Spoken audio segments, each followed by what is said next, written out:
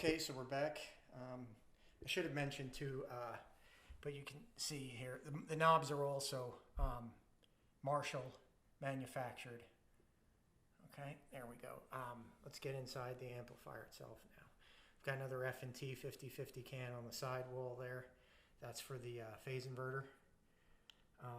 You can see there's the bracket for holding down the lay-down power transformer. We have some switchcraft jacks, all Born's potentiometers there. And again, you can see how everything's wired up there. Okay. All right, so we've got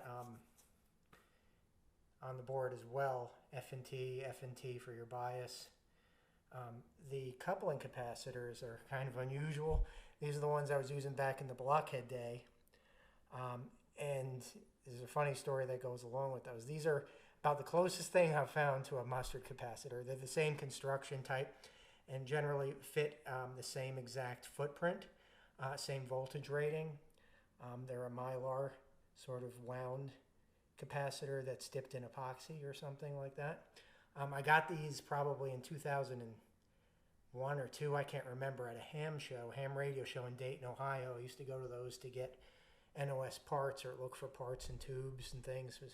I used to ship all that Blockhead stuff with, old tubes and old parts.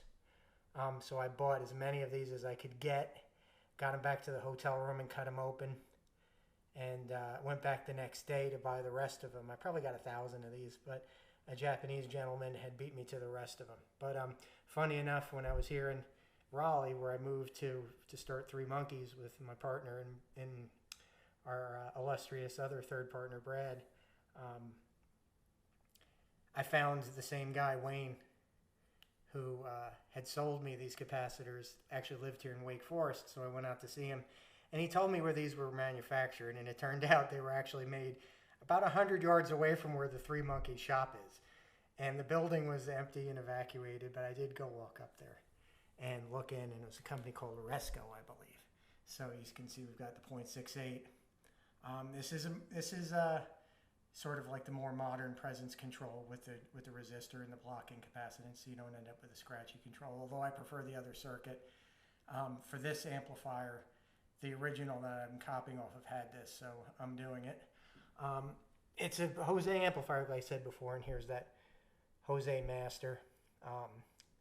Now the difference too is that the clipping circuit isn't on all the time like it is on a Jose. It's on the second gain control, so when you pull that out, you get the diode clipping, so you can get it other ways.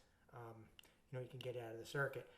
The circuit itself is a 2 gain stage, right? Because we've only got 2 preamp 2s, right? So 1 triode is for the phase inverter, 1 triode is the cathode follower for the tone stack, or rather double triode, and this double triode right here is your input stage and then your second stage.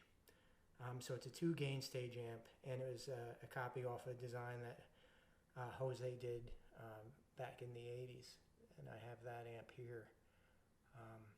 I think it has a little bit more, let's say, true to Marshall tone than some of the 3-stage and 4-stage sort of Jose sort of things. It's a little bit more of a rock amp. You can really get a lot of great tones, but we'll be doing a demo of that. So there's pretty much the interior of the amplifier. I hope I'm not really missing anything. Okay, so we'll leave it right here, and then we'll give a quick demo of it.